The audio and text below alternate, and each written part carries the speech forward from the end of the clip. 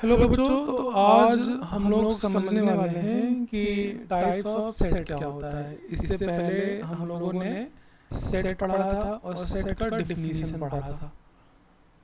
तो आज हम लोग देखेंगे टाइप्स ऑफ सेट्स के बारे में। ओके, तो बच्चों यहाँ पे हम लोग अगर बात करेंगे कि टाइप ऑफ सेट कितने होते हैं, कौन कौन से होते हैं, तो सबसे पहला जो टाइप होता है बच्चों, वो होता है एम्प्टी सेट।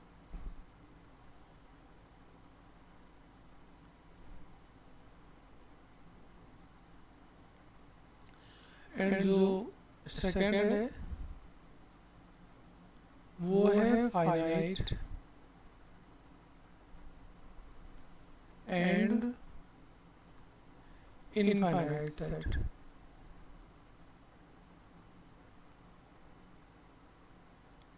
ये इनफाइनाइट है यहाँ पे, स्पेलिंग मिस्टेक ना हो पाए। Set okay. एंड जो थर्ड है बच्चों, वो है equivalent set.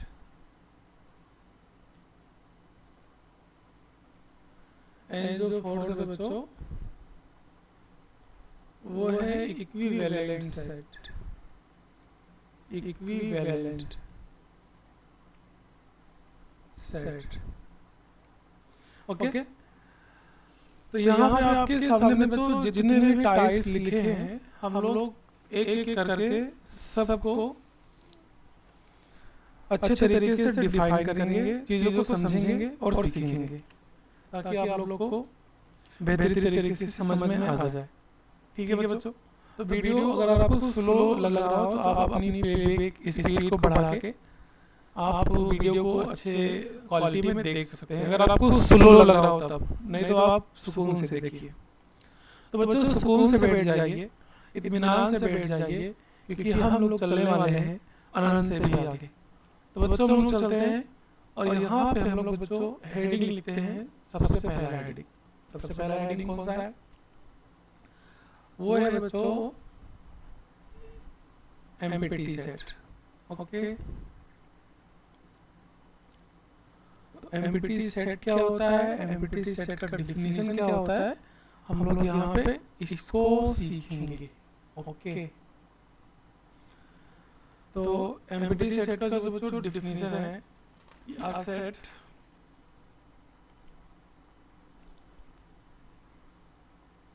a set which have no element, मतलब कि ऐसा सेट जिसके पास कोई भी एलिमेंट ना हो। A set which have no element, then set is called empty. Empty के अलावा बच्चों इसका नाम और भी एक होता है, नल, या फिर इसके अलावा एक नाम और भी होता है वॉइड सेट। तो इतना सारा इसका नाम है। ठीक है बच्चों? तो ये आपके सामने जो मैंने लिखा है बच्चों, ये डिफिनीशन हो गया। यहाँ पे अगर हम आगे बात करते हैं थोड़ा सा, तो it is denoted bye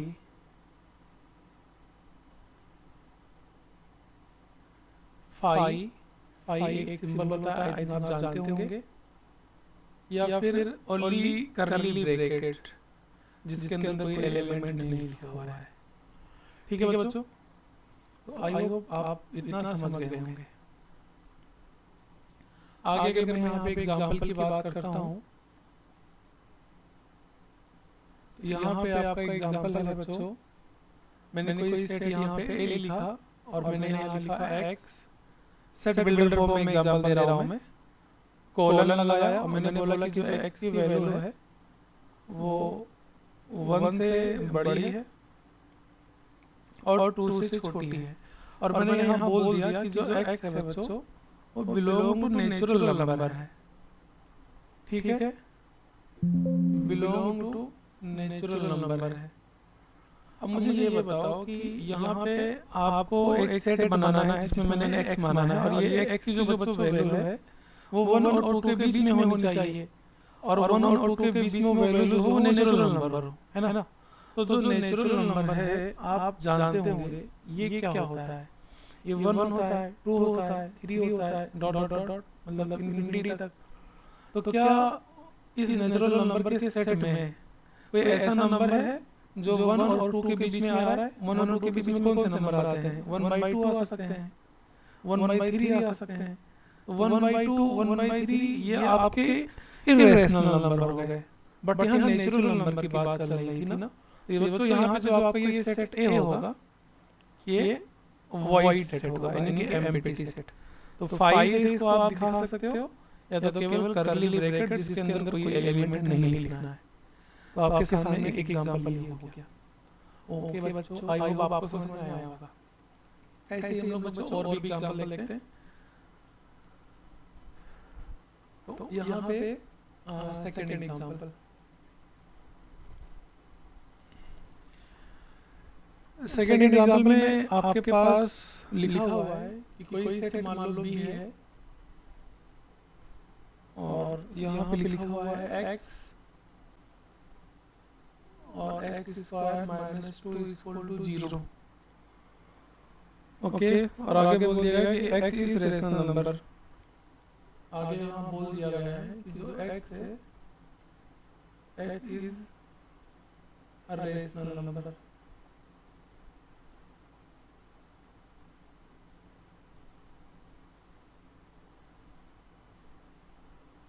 rational number बच्चों भी मैंने यहाँ शायद बोलने में कोई थोड़ी सी गलती कर दी है। जो 1/2 है, 1/3 है, ये इरेशनल नंबर है।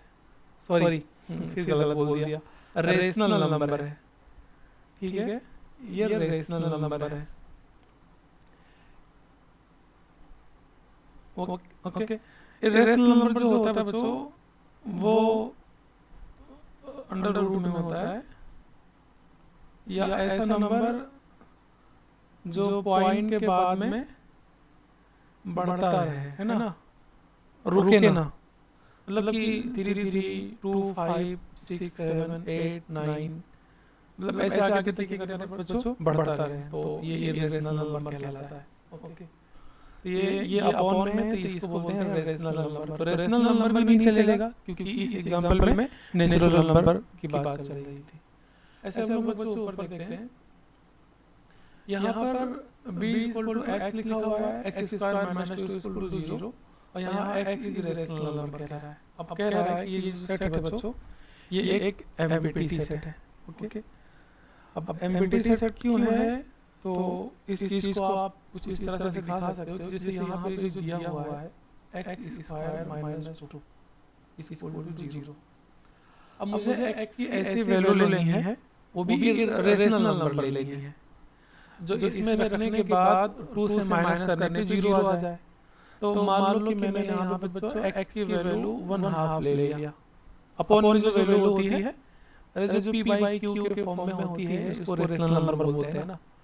तो 1/2 जो है p/q के फॉर्म में, मतलब 1/2 रेशनल नंबर है। तो जहाँ x यहाँ रख दो, तो 1/2 का क्या हो जाएगा, स्क्वायर, और -2 इक्वल टू क्या 0 होगा। 1/2 का स्क्वायर होगा बच्चों 1/4 -2। इसको जब आप सॉल्व करोगे तो 1 - 8 अपॉन में 4, जो आपका बच्चों होगा -7 अपॉन में 4, जो कभी भी 0 के बराबर नहीं होगा। इसीलिए यहाँ पे जो आपका ये सेट बी है इसके अंदर कोई एलिमेंट ही नहीं है, मतलब केवल करली ब्रैकेट भी खाली, या इसको केवल आप 5 बोलोगे। ओके, तो आई होप बच्चों आपको ये एग्जांपल समझ में आया होगा। इसी तरीके से हम लोग आगे बढ़ते हैं, और यहाँ हम लोग समझते हैं कि फाइनाइट एंड इनफाइनाइट सेट क्या होता है। तो बच्चों अगर आपको समझ में आ रहा है तो आप चैनल को सब्सक्राइब कर दो और आप अपने दोस्तों को शेयर कर दो, ताकि वो लोग भी इसका फायदा उठा सके। ठीक है, तो हम लोग आगे बढ़ते हैं, और आगे यहाँ पे क्या लिखना है, दूसरा टाइप। फाइनाइट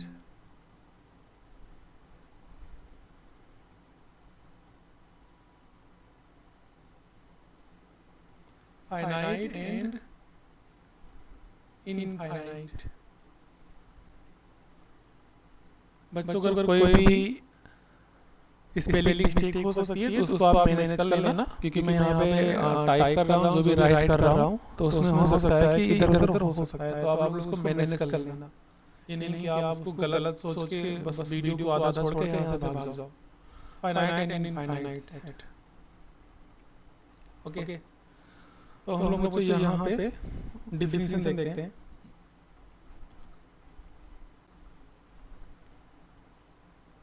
तो डिफिनीशन क्या बोलता है कि अ सेट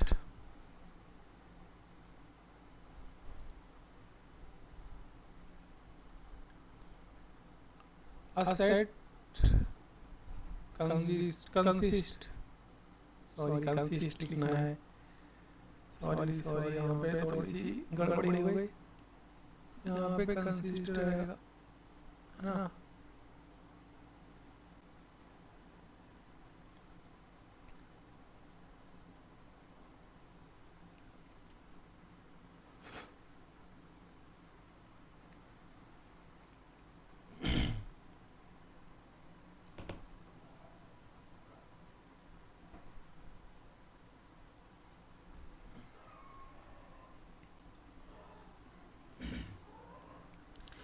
सॉरी बच्चों, कीड़ा चढ़ गया मेरे सर पे, तो इसीलिए थोड़ा सा आपको डिस्टर्ब हो गया।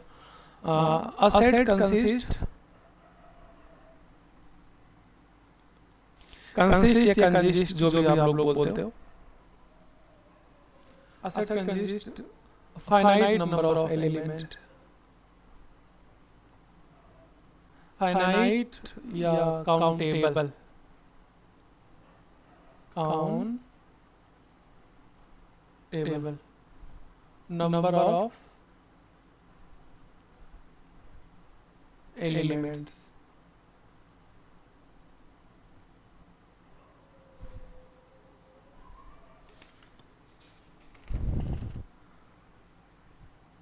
is called finite set।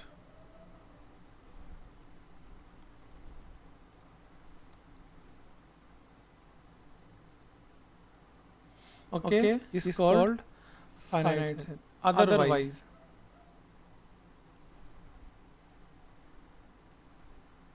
infinite set। Infinite set मतलब जो यहाँ पे ना आपसे बोला जा रहा है कि ऐसा सेट जो फाइनाइट यानी काउंटेबल नंबर ऑफ एलिमेंट्स रखता हो, उसको यहाँ पे फाइनाइट सेट कहेंगे। उसके अलावा अगर अनकाउंटेबल नंबर ऑफ एलिमेंट हो या इनफाइनाइट नंबर ऑफ एलिमेंट हो, तो उसको इनफाइनाइट सेट बोलेंगे। मतलब मैंने इसी में ही दोनों का जो डिफिनीशन है उसको लिख दिया है। अब ये बच्चों आपको समझ में आएगा एग्जाम्पल से, ठीक है? तो मैं यहाँ पे एग्जाम्पल देता हूँ, तब आपको समझाता हूँ ताकि चीजें समझ में आ जाए बिल्कुल आसानी से। तो देखना ध्यान से यहाँ पे कि एग्जाम्पल यहाँ पे क्या होगा। एग्जाम्पल में बच्चों यहाँ पे a इक्वल टू मैंने लिख दिया 1 2 3 4। तो इसके अंदर जो भी एलिमेंट है वो काउंटेबल है या फाइनाइट है, मतलब 1 2 3 4 बस खत्म हो गया, ठीक है? तो ये जो आपके सामने जो सेट है ये फाइनाइट सेट हो गया। ओके, आगे बढ़ते हैं। नेक्स्ट एग्जांपल मान लो कोई सेट बी है जिसके अंदर मैंने यहाँ पे लिख दिया 2 3 7 5 8 9 7, बीच में मैंने डॉट डॉट डॉट डॉट लगाया और मैंने यहाँ पे लिख दिया 40। तो क्या ये फाइनाइट है? ये इनफाइनाइट है। तो बच्चों देखो यहाँ पे डॉट डॉट लगने के बाद में एक फाइनाइट नंबर आ गया। मतलब ऐसा नहीं है कि डॉट डॉट डॉट डॉट करते करते ये इन्फिनिटी तक जा रहा है, ऐसा नहीं है। ये 40 तक केवल जा रहा है। तो ये आपका सेट फाइनाइट सेट ही कहलाएगा। ओके, ऐसे मान लो कि मैंने सेट ऑफ नेचुरल नंबर लिखा बच्चों, मैंने यहाँ पे सेट ऑफ नेचुरल नंबर लिखा। तो सेट ऑफ नेचुरल नंबर क्या होता है, 1 2 3, ये आपके कहाँ तक जाते हैं, इनफाइनाइट तक जाते हैं। तो ऐसा सेट जिसके अंदर इनफाइनाइट नंबर ऑफ एलिमेंट हो उसको बोलते हैं इनफाइनाइट सेट। तो ये सेट आपका कौन सा हो जाएगा, इनफाइनाइट सेट। ओके बच्चों, तो आई होप आपको इतना समझ में आ गया होगा।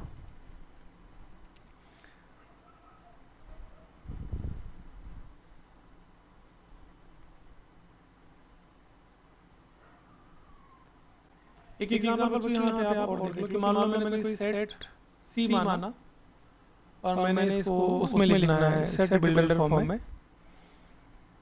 तो मैंने यहाँ पे लिखा x, और जो यहाँ पे x है वो belong to natural number and x is odd, मतलब x जो है वो ऑड नंबर भी होना चाहिए। ठीक है, यहाँ से अब अगर मैं यहाँ पे ये सेट बिल्डर में लिखा हुआ है ना, अगर मैं इसको रोस्टर फॉर्म में लिखूंगा तो x जो है बच्चों वो नेचुरल नंबर से बिलोंग करेगा, और जो x है बच्चों वो ऑड नंबर होना चाहिए। तो फिर 1 हो सकता है, 3 हो सकता है, 5 हो सकता है, ऐसे डॉट डॉट डॉट डॉट, है ना, मतलब ऑड नंबर ही रहेगा, बट ये भी इनफाइनाइट टाइम तक जाता रहेगा। तो ये वाला सेट आपका जो होगा बच्चों इनफाइनाइट सेट कहलाएगा। ओके, यहाँ पे एक पॉइंट वाली बात आप देख लो, एवरी नोट है यहाँ पे, मैं यहाँ पे नोट लिख दे रहा हूँ, एवरी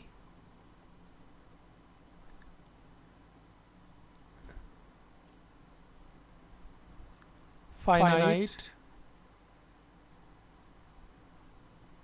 सेट is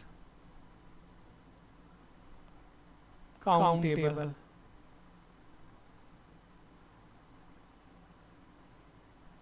या consisting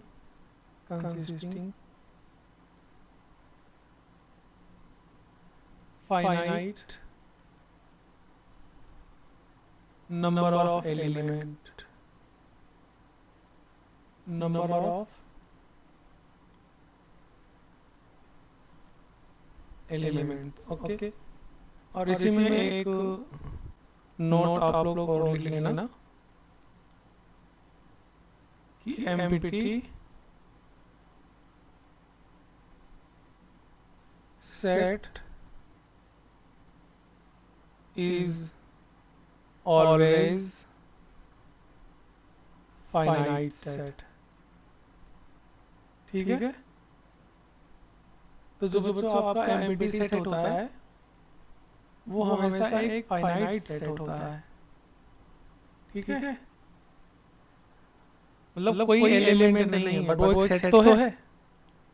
देखो सेट बनाने के लिए जरूरी नहीं कि उसके अंदर एलिमेंट हो, कुछ नहीं को भी यहाँ पे एक सेट बोलेंगे, ये रूल होता है सेट थ्योरी का। तो आइए बच्चों यहाँ पे इतना आपको समझ में आ गया होगा। हम लोग आगे बढ़ते हैं नेक्स्ट पेज पे, और हम लोग समझते हैं बच्चों अगला टाइप। ठीक है, तो जो अगला टाइप है वो क्या है हम लोग उसे देखते हैं। तो तीसरा टाइप क्या है बच्चों, इक्वल सेट।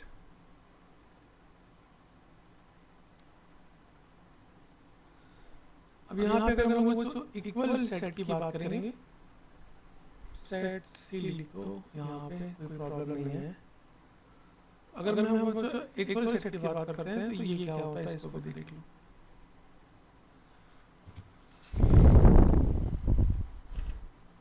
यहाँ पे लिखना आपको इस तरह से कुछ टू, मतलब यहाँ पे कंपेयरिंग कराया जाएगा। तो यहाँ पे two set capital A and capital B are said to be, are said to be equal are said to be equal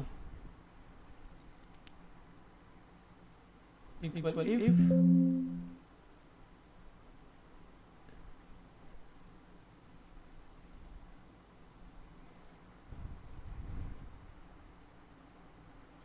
they have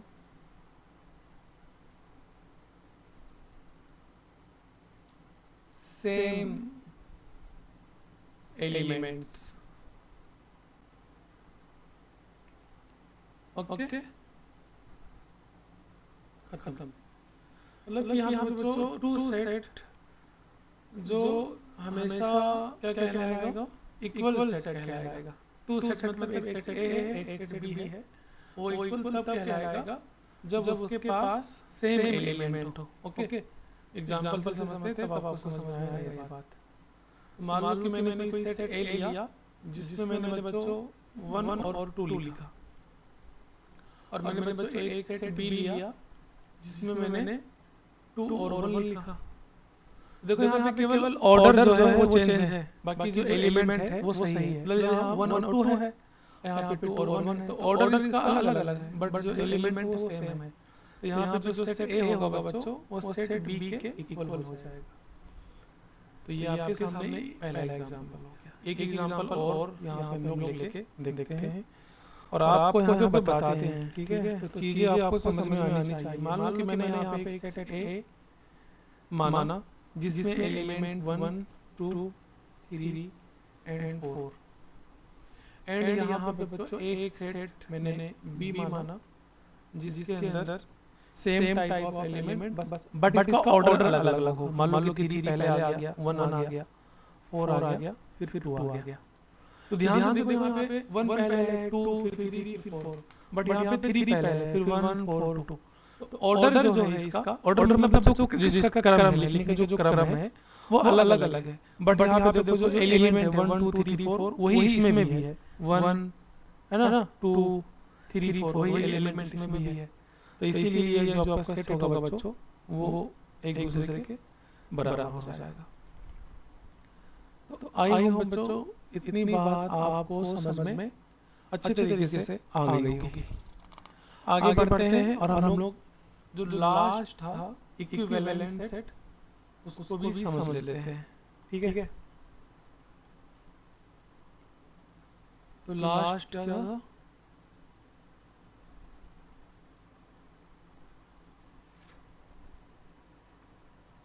चौथा number equivalent set.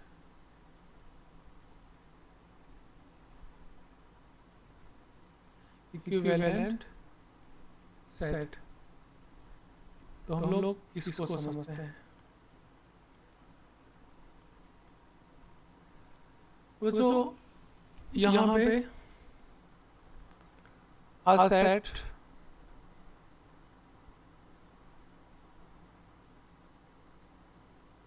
which have same number of element,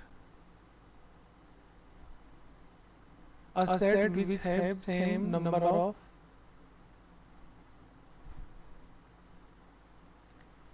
elements is called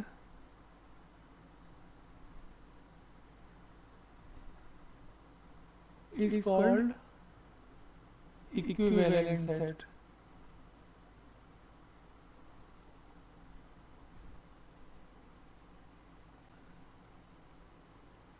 okay तो यहाँ पे हम लोग example देख लेते हैं। Example की यहाँ अगर हम लोग बात करेंगे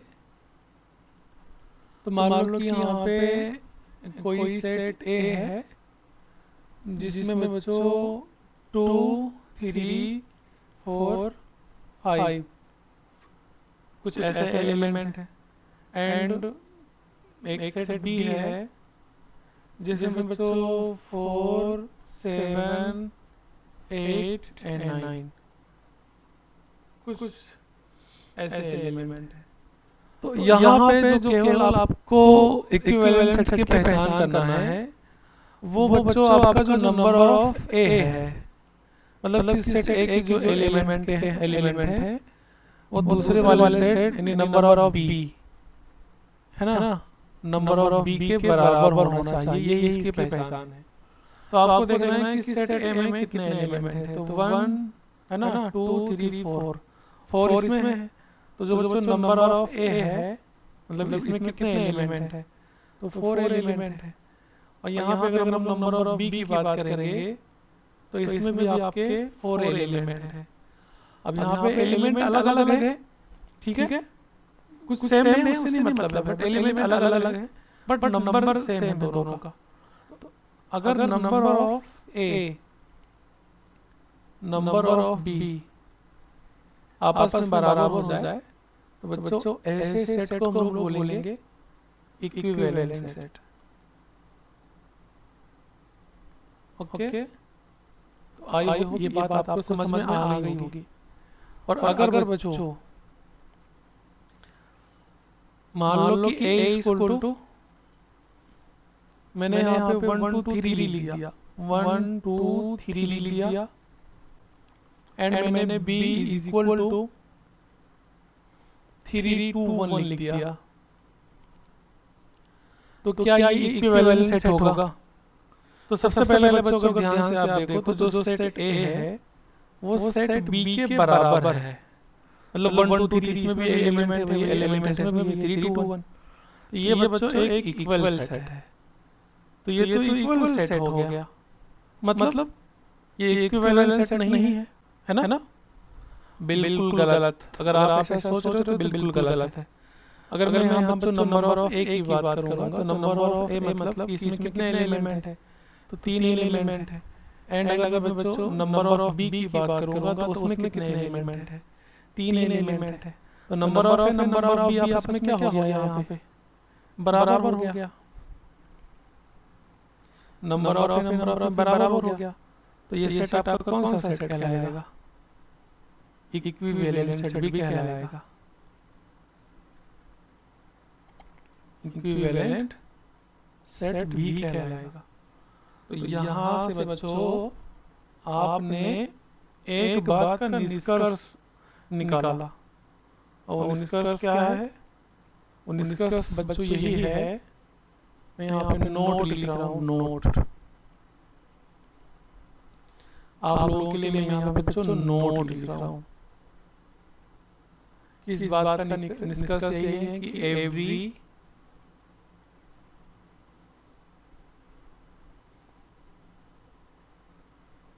equal set is said to be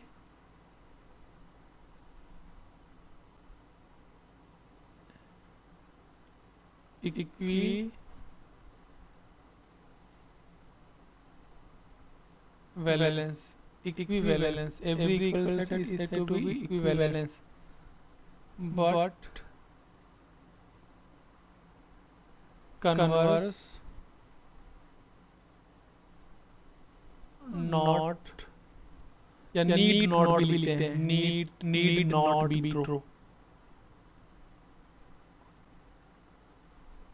इसका मतलब क्या बच्चों? Every equal set is said to be equivalence, मतलब जितना भी इक्वल सेट होता है उसको इक्विवेलेंस हम लोग बोल सकते हैं। But converse not be true, या इसको लिखते हैं converse need not be true. उल्टा जो होगा वो सही नहीं होगा, मतलब कि every equivalence is equal set, ये कहना जरूरी नहीं है। यहाँ पे बच्चों मैं एक एग्जांपल दे देता हूँ ताकि आप लोग समझ जाओ दोबारा कि मैंने अगर a इक्वल टू कोई सेट बच्चों यहाँ पे 5 7 1 लिखा, और मैंने कोई दूसरा सेट बच्चों b इक्वल टू 1 7 5 लिखा, तो इसके बी वाले सेट के जितने भी एलिमेंट है वो ए वाले सेट के एलिमेंट के बराबर दिख रहे हैं, तो a इक्वल टू बी हो जाएगा। ये जो सेट है बच्चों आपका वो इक्वल सेट है ना, इक्वल एंड इक्विवेलेंस दोनों कहलाएगा। इक्विवेलेंट या इक्विवेलेंस दोनों बोलते हैं, कोई प्रॉब्लम नहीं है, दोनों सेट कहलाएगा। बट यहाँ पे बच्चों अगर मैं एक एग्जांपल और लेके आपको दिखाना चाहूँ, मैं यहाँ पे a इक्वल टू लिख दूँ 275 और अगला जो एग्जांपल है बच्चों मैं यहाँ पे लिख दूँ 392। तो यहाँ पे ये जो आपका सेट A है वो B के इक्वल नहीं है क्योंकि एलिमेंट अलग अलग है, बट जो नंबर ऑफ A है बच्चों वो नंबर ऑफ B के बराबर है। तो ये जो आपका सेट है बच्चों वो इक्विवेलेंट है, इक्विवेलेंट या इक्विवेलेंस है ना, इक्विवेलेंट सेट है।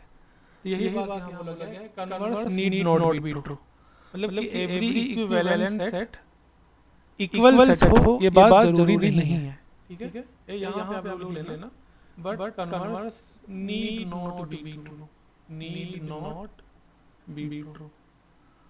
तो बच्चों आई होप आपको यहाँ पे जितना भी अभी पढ़ाया गया है समझ में आया होगा। अगर समझ में आया होगा तो आप अपने फ्रेंड्स को शेयर कर दो। शेयर करने का मन नहीं कर रहा है तो मत करो, बट चैनल को सब्सक्राइब कर दो ताकि मैं जितना मैं वीडियो अपलोड करूं वो आप तक पहुंच जाए। Okay, thank you so much. आनंद से भी आगे।